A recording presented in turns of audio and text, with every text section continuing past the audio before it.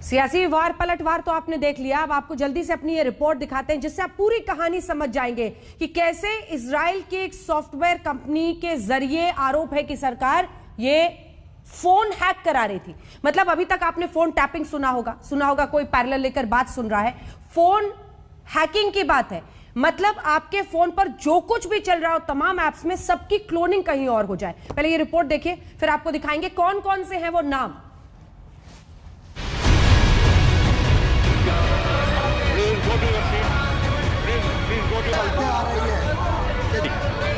If you don't want to hear, संसद सत्र के पहले ही दिन विपक्ष ने 300 भारतीयों की फोन हैकिंग के आरोप को सरकार के खिलाफ सबसे बड़ा और धारदार हथियार बना दिया और परंपराएं बनाए रखे। आज एक मीडिया रिपोर्ट के दावे ने देश के सियासी गलियारों में हड़कंप मचा दिया। सवाल देश में 300 लोगों की निजता का हनन करते हुए उनके फोन को क्लोन कराने का है। आरोप है कि सरकार इन लोगों का फोन हैक कराकर उन पर नजर रख रही थी। इससे पहले कि आप सियासी घमासान देखें, पहले समझिए कि आखिर ये पूरा मामला है क्या। इस रिपोर्ट के मुताबिक आरोप है कि सरकार एक इजरायली कंपनी NSO ग्रुप के पेगासस स्पाईवेयर के जरिए देश में 300 लोगों के फोन हैक करा रही थी।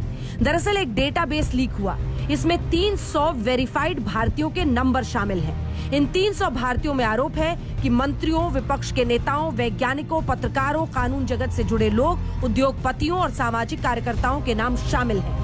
मीडिया रिपोर्ट का दावा है कि संदिग्ध फोन नंबर्स पर फोरेंसिक जांच की गई।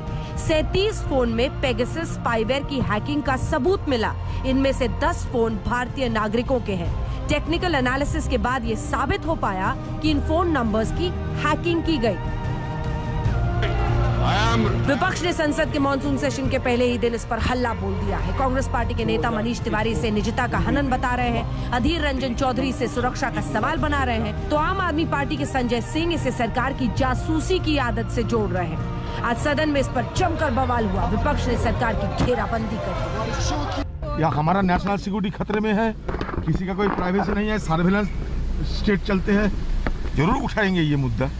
पत्रकारों के नाम है, सिविल राइट एक्टिविस्ट के नाम है, ह्यूमन राइट एक्टिविस्ट के नाम, पॉलिटिशियंस के नाम है।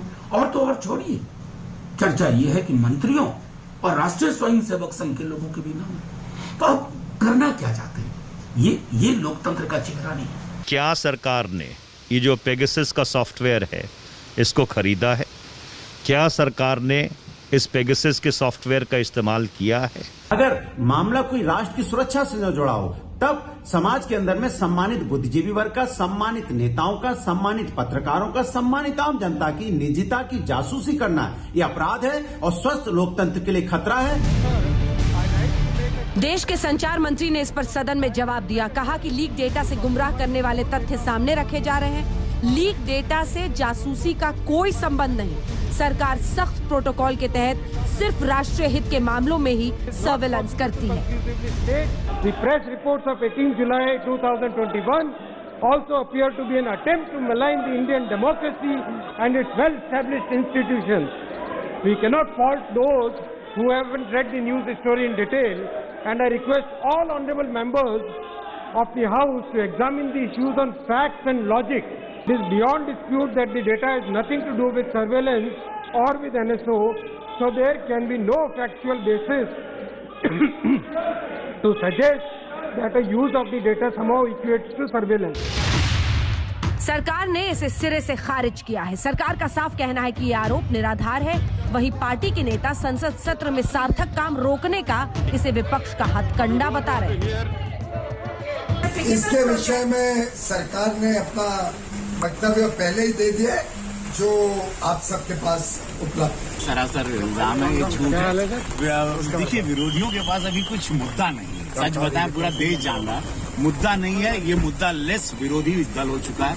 अब ये इतनी ओछी बातें, बहुमत की सरकार, यशस्वी प्रधानमंत्री जी पूरे विश्व में जिनका क्रेज है, अब ये हरकत भारतीय जनता पार्टी या हमारे यशस्वी प्रधानमंत्री की सोच नहीं है।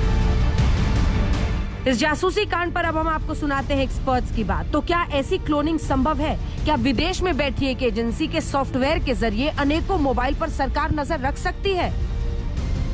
हमें इसको इन्वेस्टिगेट करना चाहिए, बिकॉज हो सकता है एनएसओ ने किसी प्राइवेट प्लेयर को भी बेचा हो। तो जो कंपनी जिसके मैलवेयर से जमाल खशोगी जैसे पत्रकारों की हत्या हो गई, जो धड़ल्ले से इस तरह से टारगेटिंग मोबाइल फोनों की करी जा रही है, तो एक कंपनी का यह कहना कि उनके मैलवेयर को किसी ह्यूमन राइट अब्यूज के लिए, जर्नलिस्ट को टारगेट करने के लिए वो नहीं बेचते, ये इनके फेस वैल्यू पे नहीं लिया जा सकता। मुझे लगता है कि ये कोई बड़ी बात नहीं है, इन्होंने किसी प्राइवेट प्लेयर को, बड़े इंडस्ट्रियल हाउस को भी बेच दिया हो। आज भारी हंगामे के बीच जासूसी कांड पर आर पार की जंग हुई और ये घमासान यही थमता नहीं दिख रहा। आज तक ब्यूरो।